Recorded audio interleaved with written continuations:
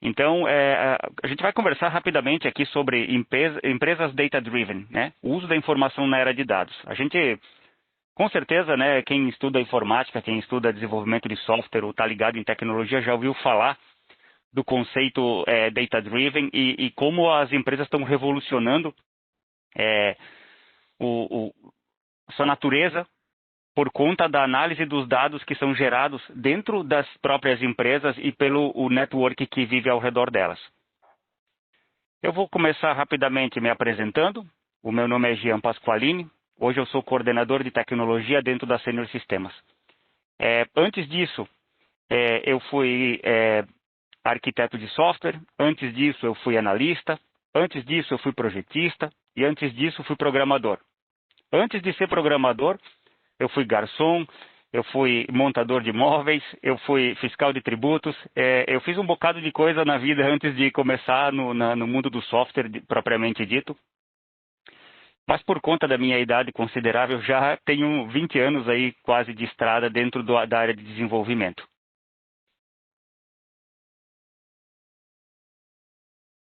E por que dados, né? Vamos lá, vamos falar exatamente daquilo que importa. O que impede a gente de colidir um carro contra o outro quando a gente está dirigindo? São as ações que a gente toma com base nas informações que a gente tem. Então imaginem como seria dirigir um carro sem visão. Ainda que possível, porque se tu tiver audição, tu pode ter inputs que te levam a não colidir o carro, a conseguir dirigir ele de maneira adequada, inclusivemente. Quanto mais informação tu tem a respeito, melhor tu dirige.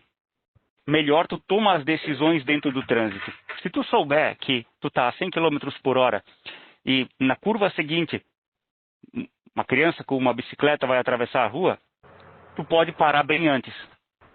Então, percebam que a quantidade de dados que é imputada dentro de um sistema ou para uma pessoa, né, no caso de cognição humana, ela é determinante para a tomada de decisão. E quanto mais informação eu tiver, mais amparado eu vou estar para tomar essas decisões. Então, o que trabalhar com dados hoje quer dizer para as empresas? Saber que caminho tomar, saber que direção seguir, saber como posicionar o seu produto, saber como posicionar a sua empresa, a sua marca, como lidar com os seus colaboradores. Então, tudo isso é possível, né? E tudo isso permeia o tratamento e o uso dos dados para a tomada de decisão, que é o que a gente vai falar bastante aqui. Então, os dados eles são base para toda a tomada de decisão consciente. Imagine se eu pudesse ter informações o bastante para saber quais são os próximos 6 números que vão sortear na Mega Sena. E existe uma determinística para isso, né? Que ela é difícil de acertar, porque são variáveis, muitas variáveis, e várias delas são bem efêmeras, mas ainda assim é determinístico. E ele permite que informações, né, determinem a causa dos acontecimentos. Então, quando a gente busca causalidade, a gente olha para dados para poder fazer isso. A gente olha para dados para poder chegar nessa conclusão. Então, aqui a gente percebe o quanto dados são base e são a fonte para as mudanças. Percebam o que era, agora que a gente está próximo das eleições, aí acabou de passar o primeiro turno das eleições municipais, percebam o que era uma campanha eleitoral em 2010. Nem é tanto tempo atrás, não para mim. Ela estava montada e ela estava amparada em outro tipo de meio de comunicação. As pessoas elas se colocavam a par das coisas no mundo muito pela televisão. E a internet ainda não era um meio tão difundido como é hoje para a obtenção de conhecimento.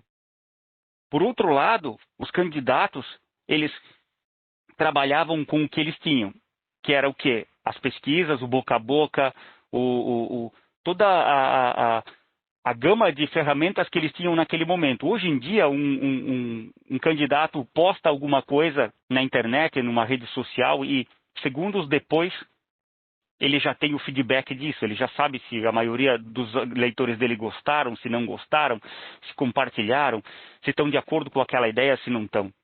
Por outro lado, também muitas pessoas estão ligadas às redes sociais e, com base no comportamento delas, a gente consegue descrever e entender como agir, a melhor forma de se posicionar para poder entregar produto, para poder entregar serviço, no caso aí que a gente está falando, né, de uma eleição, para poder entregar informação e fazer as suas propostas e levar a sua palavra para os seus eleitores, para as pessoas que se sentem amparadas e se sentem representadas por aquela pessoa. Então, hoje, se a gente for ver os principais players de mercado, as principais grandes companhias, elas trabalham o tempo todo coletando e analisando uma quantidade massiva de dados. E quando eu digo massiva, é um negócio impressionante mesmo. Como é que funciona isso, né? Mas como é que a gente chega nesse mundo? Como é que a gente começa a nossa estrada, a trilhar o nosso caminho para dados? Tudo começa com a famosa mineração de dados. Então, desde que a informática existe, ela vem gerando dados. E esses dados, eles no começo eram armazenados parte deles em relatórios físicos e outra parte em cartões perfurados e outra parte em fitas, parecidas com as fitas cassete, que eu nem tenho certeza de se vocês conhecem, porque isso já é um negócio ultrapassado. Mas a gente teve N meios de armazenamento de dados que eram gerados dentro dos sistemas. E esses dados que foram gerados, eles não são todos eles normalizados. Eles não estão todos estruturados de maneira fácil de eu coletar e fácil de eu tratar.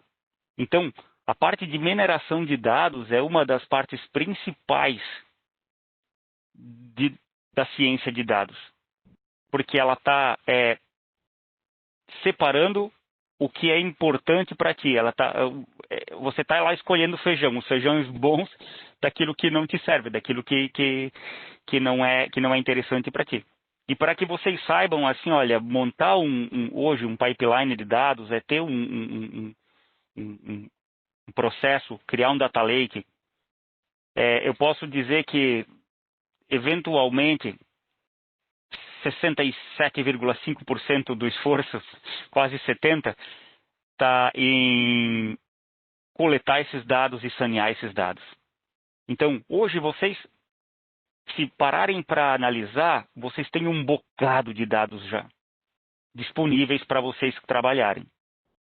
Livre, na internet. O lance é como eu faço a coleção, como eu coleto esses dados, como eu faço a catalogação desses dados e também para que eu vou usar esses dados. O termo mineração é interessante porque a gente vai lá remeter ao petróleo, por exemplo. Petróleo tem um monte ainda, né? Todo mundo achava que ia acabar em, 2015, depois 2020, e a gente ainda tem um bocado de petróleo para extrair. Petróleo é um negócio que é bem valioso. Só que ele é valioso com uma finalidade.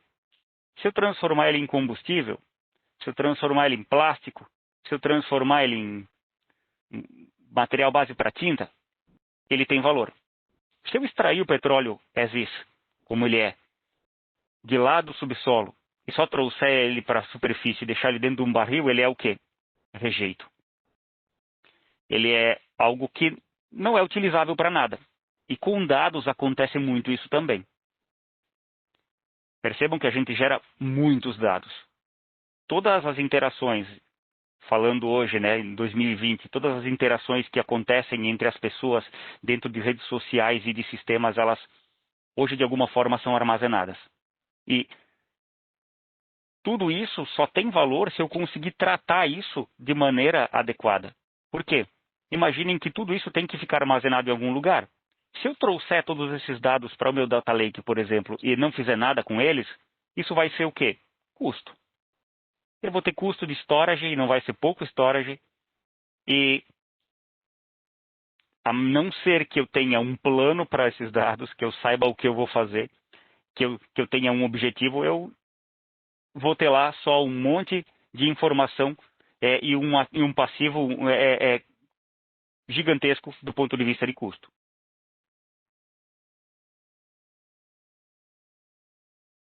Se nós formos olhar o processamento do dado, se a gente for entender como é que funciona num processo de pipeline, falando aqui em Data Science, desde a gente coletar o dado, desde a gente fazer a ingestão dele até a gente gerar valor com ele, percebam que existem várias etapas.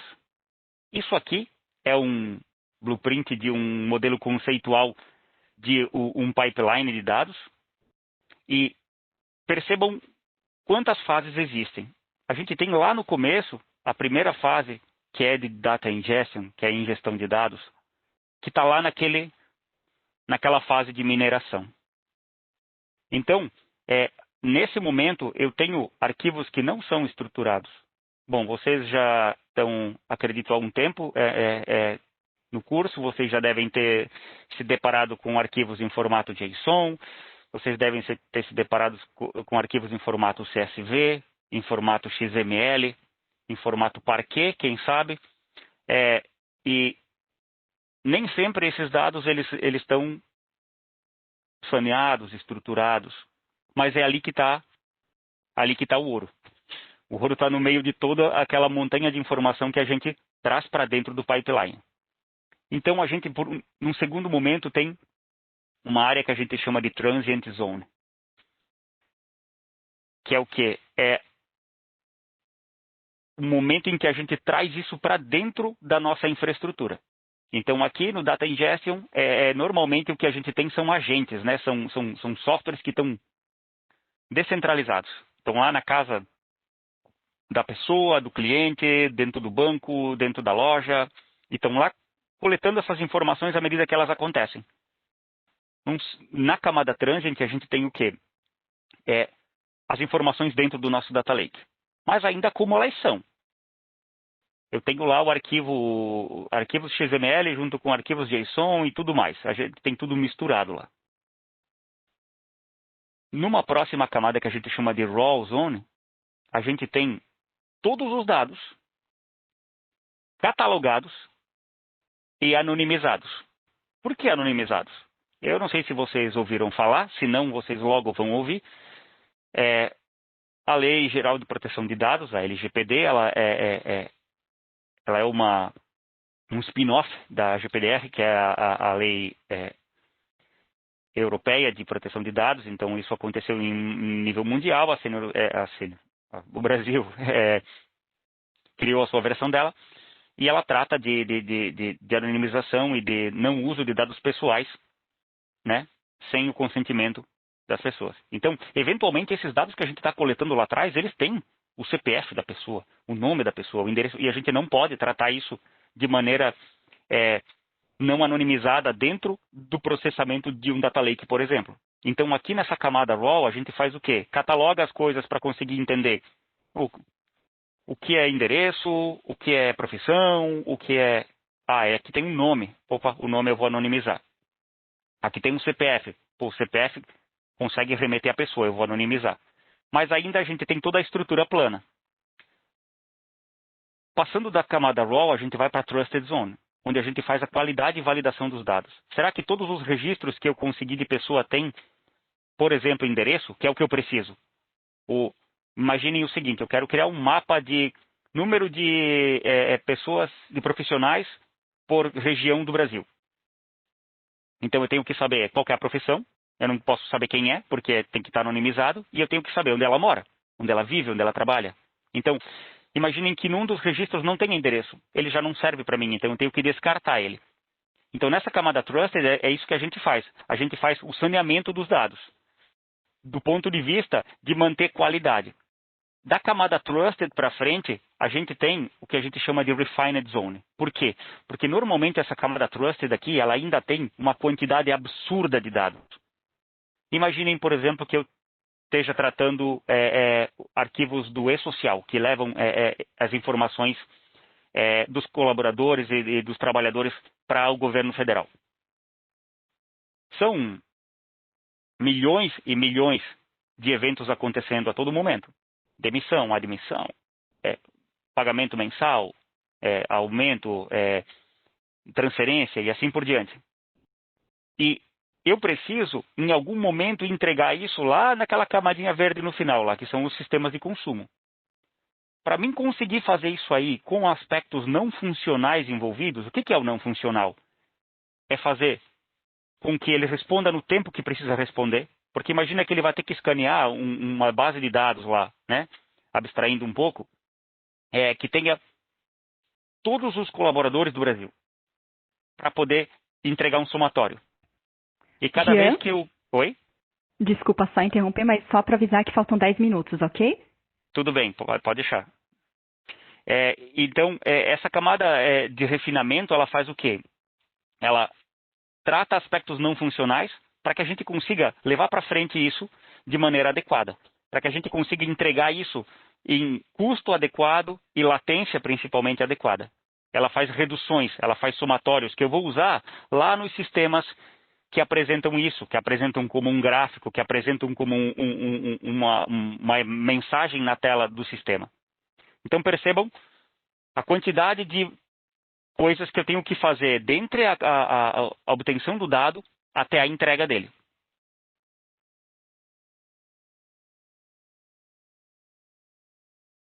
Muito se fala de data science e tem um monte de sex appeal hoje em dia.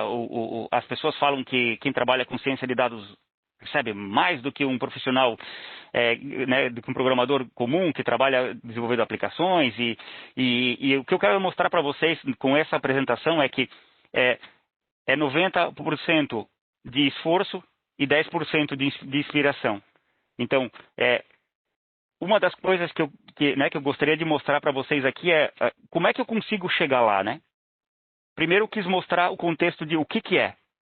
Então percebam que tem um monte de tratamento de dados, um monte de saneamento de dados e também um monte de entender como o dado vai ser entregue, vai ser disponibilizado, o que gera valor para o nosso cliente, para o produto que a gente está fazendo.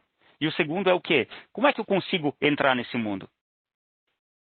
Primeiro, conceitos matemáticos, álgebra linear, regressão linear, estatística básica, teorema de Bayes, por exemplo, teorema de limite central. Percebam o quanto de matemática tem envolvido nisso. E é aqui que está o valor, tá? Porque a gente sabe, né, quer programar, quer conhecer todos os frameworks que estão lançando no mercado, quer programar na última linguagem, mas se a gente for ver a Google, por exemplo, é uma das empresas mais fortes do mundo, uma das mais poderosas, e o algoritmo que eles fizeram que mudou a vida da empresa é de um conceito matemático de 1965. Não é um negócio que é novo. Então percebam que o valor disso está em entender como as coisas funcionam. Então eu diria, estudem bastante matemática e estatística, inglês, para qualquer profissional da área de informática, por favor, inglês. Conheçam mais inglês do que português. Ou tão bem quanto, pelo menos. SQL é o começo para eu conseguir entender e estruturar dados. Como linguagem de programação, eu diria Python é uma das principais, uma das mais utilizadas. Por quê? Porque ela tem uma série de APIs que estão bem montadas, né, para prover solução matemática, tá? É um toolbox, é uma caixa de ferramentas muito interessante para quem trabalha com ciência de dados. E aí lá ver o que os cloud providers estão entregando, quais serviços eles estão. Lá no final eu vou fazer a parte que é a mais interessante, mais legal da história, que é ficar lá olhando o que a Amazon está fazendo, o que a Azure está provendo. Depois de eu saber os conceitos, eu ir lá olhar ferramentas as quais eu possa usar para aplicar aqueles conceitos. Mas eu entender eles de fato antes de querer jogar no time principal, digamos assim. E uma das coisas principais, que é a cultura. Se nós queremos ser cientistas de dados, se nós quisermos fazer a diferença em dados, e poucas empresas sabem trabalhar com dados hoje em dia, e principalmente no Brasil, isso é uma área que está crescendo agora. Então, as pessoas que se prepararem para isso, elas estão na frente. É estabelecer uma cultura de dados dentro das empresas.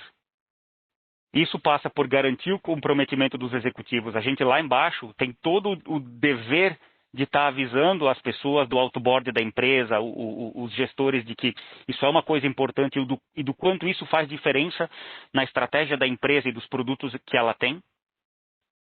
Esperar trabalho duro. Não existem pílulas mágicas.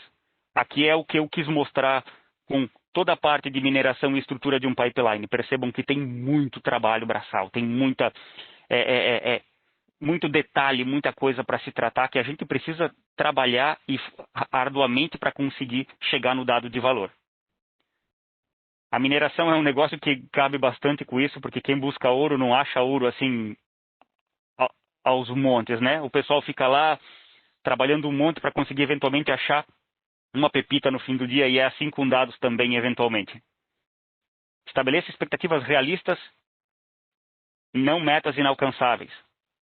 Percebam que quando tu for falar com alguém de autoboard, ou alguém que está mais ligado com o gerencial, eventualmente está pensando em inovação, já vai querer criar o carro que anda sozinho, a empresa que não precisa de presidente e assim por diante.